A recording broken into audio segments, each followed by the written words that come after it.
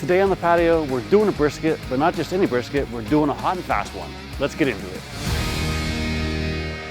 What's up, barbecue fans? Welcome back to the patio. My name's Jake. You're watching Mama Cook. Today on the channel, we're doing brisket, not the brisket I had originally intended. This video is supposed to be a long, slow brisket, rested overnight in the Yoder to see if we can rest it at 150. However, I had severe thunderstorms all day yesterday, so I couldn't cook a brisket. Today is Sunday. I gotta go to work tomorrow, so now we're doing a hot and fast brisket. I've never actually done one before, but I've got faith that I can knock it out. Before we can do that, we gotta get our Yoder fired up.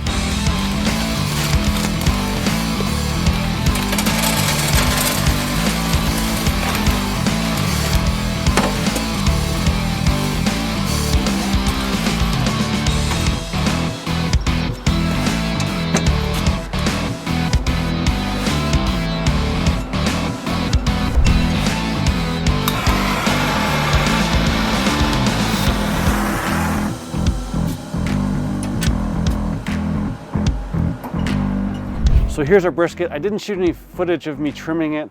I was in a rush, and as you can see, you should never be in a rush trimming a brisket. I did scalp it in a couple spots, but this is about a 14-pound brisket. Quite honestly, the worst choice brisket I've ever bought from Costco. It was like the butcher didn't know what he was doing. It was the first brisket he ever prepped. I mean, there was gashes, there was chunks all over the place. So I was pretty frustrated when I was trimming this up, and I guess I took it out a little bit on the meat. But the good thing is here is that we're doing hot and fast. It's only 14 pounds, so I'm hoping we're gonna get this done at a respectable time. That is my goal. I'm gonna push it as fast as I can because right now it's 11 o'clock on a Sunday, and I'd love to be shooting the wrap up by 6. So we're gonna see what happens. This guy's just getting up to temperature. We'll throw it on here. We're gonna go on the top rack.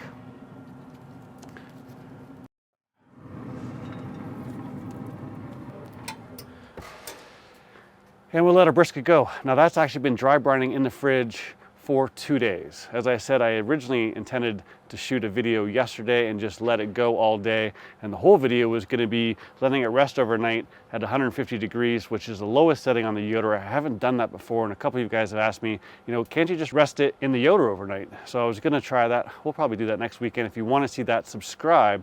So today we're doing hot and fast. While I got you here, I mean, take a look at the marbling on that bad boy. This is for another video I'm shooting right now. I mean, this is a chuck roast, and I can't believe the marbling that this guy's got. I was not intending on doing a chuck roast video, but I saw this and it looked so good, I had to pick it up. Anyhow, we will push this along for a little while. I'm gonna give it a spray with water right now. This is just straight water. Obviously, this has been in the fridge for 2 days and it's super dry. A little moisture is gonna help attract that smoke. We're running a pellet tube. I've got that full. That's gonna run for about 4 hours, and I'm running at 300. So we're gonna keep this going at 300. I'll bring it back in a few hours. So I did say hot and fast, right? It's been 5.5 hours. We're done. We're gonna wrap it now. Let me tell you how we got here, and actually, let me show you one thing real quick before I talk. Ever seen a half wrap brisket? So cooked a little quicker than I expected. This guy was a 16-pound brisket. I think I said it was a 14-pound brisket in the opening. It was 16 pounds, but I did give it an aggressive trim because the butcher work on it was so terrible. There was flaps of meat hanging all off. I just put it into my sausage grind, burger grind, whatever. But I did carve off a whole bunch, so I'm thinking this was probably 12.5 pounds when it started. Just to give you an idea. We ran at 300 on the top rack. I ran the smoke tube the entire time. So I broke one of my rules where normally I say, you know, don't use a smoke tube for more than 50% of your cook. For this cook, because we're running at 300, it's gonna be a really clean smoke anyhow, so I let the tube run the entire time. And to be honest, I did not expect it to be done in 5.5 hours. Now, what I ran into is I waited too long to rotate it, because, you know, with it being at 300, this side's a little hotter, and I had the flat over top of that, and the flat was way ahead of the point. So I did turn it around, but then I was really worried I wasn't gonna be able to catch it up, so then I half wrapped it so I could kind of get the point to cook a little quicker. I sprayed every 45 minutes for the first 3 hours, just to give you an idea. So we had to half wrap it here I needed to get my point up to temperature. The flat feels quite soft. I got to be honest. I think it might be overcooked a little bit.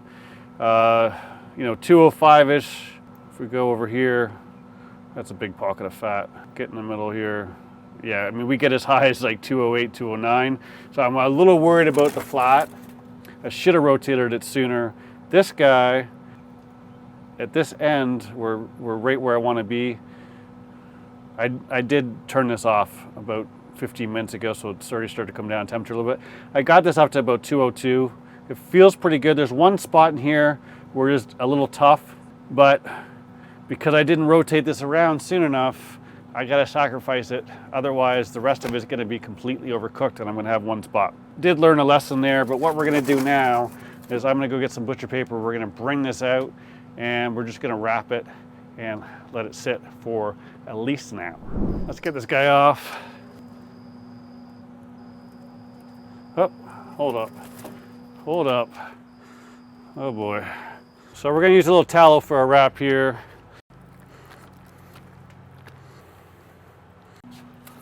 Ooh, that's hot. I'm gonna put a little bit extra underneath my point, or sorry, my flat. And I'm gonna put a little on top here because it got a little crunchy on this one edge. So hopefully we'll soften this up just a little bit during the wrap. This is the edge that was right over top the firebox. And we will, oh, what am I doing? It's like I never wrapped a brisket before. So we'll take it this way. Go like this. I'm just gonna tuck this outside. Now this is fat side up, just for reference. I'm gonna put this back on the top. The yoder's sitting at 146 right now, so it's off, it's fallen down, it's gonna fall down fairly quickly. And just a real quick note here. I have never cooked a brisket fat side down on my pellet grill. You know, the yoder has a second shelf here and the firebox is here, the stack's over here. The air movement goes across the top of the brisket, right? On an offset, same type of thing. That air's going over there, it's breaking down the fat, it's hot. I don't like a brisket that's cooked fat cap down. Even on my Komodo Joe, I've always cooked fat side up. I know everyone says it should be, face the heat. I have never followed that. So I may have tried it a couple times, but I don't like the bottom being on the top. So just a little side note for you. We're gonna let this rest for an hour. It is 6 o'clock. So I'm actually not in too bad a shape, and I'll bring you back at 7 and we'll see how we did. So it's been 2 hours. We're sitting right around 155, 158. Can't wait any longer. It's time to open this guy up and see how we did.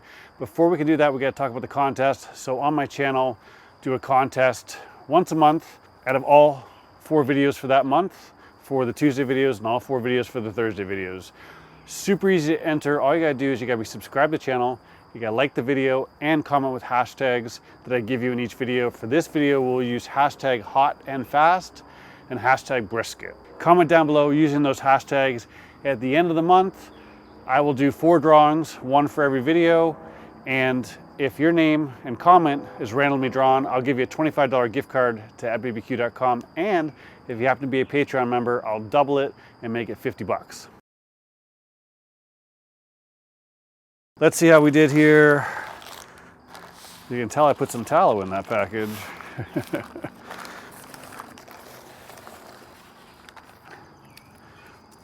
What we'll do is we will slice right here. Not too bad. Have a look at this guy. Looks juicy. Nice little smoke ring on there. Wasn't sure what we'd see with that hot and fast. Let's do a couple slices out of the flat here.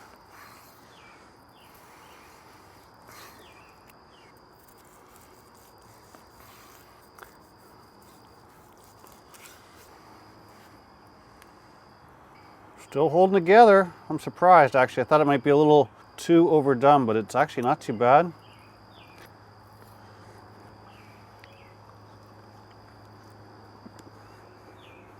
This end probably about right there down, and right over here is a little tough. it's really actually, this isn't too bad. Yeah, so right about here, you can feel it's actually pretty tough. If we had rested that in tallow, I probably would have been able to break some of that down a little bit. Really wish I had thought to rotate that a little sooner. So that's the end that I tried. Let's try the other side.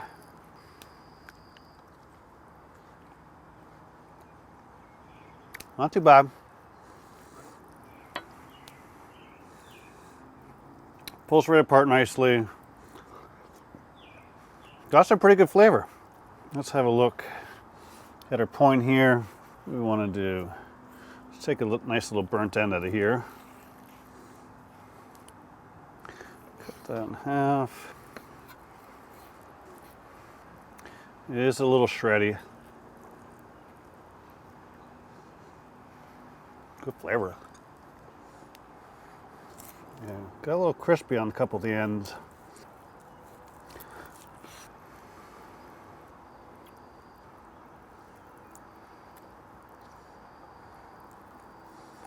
Wish I had time to rest this a little longer. Not too bad. I got to collect a couple thoughts here on this one. So overall, better than I expected. I've got some work to do, but overall, I'm pretty happy with it. A couple things I would change next time. So first and foremost, I would rotate it halfway through the cook and try and get some even cooking. Once I realized that I was so far into my flat, I really struggled to figure out how I was going to save that at that point in time.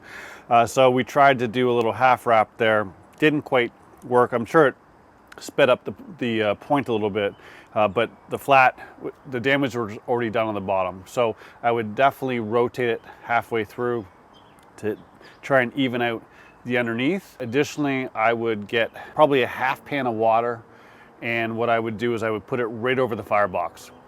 That way we're going to get some moisture in the chamber. It's going to aid in the smoke, but it's going to stop that direct heat right underneath the one end.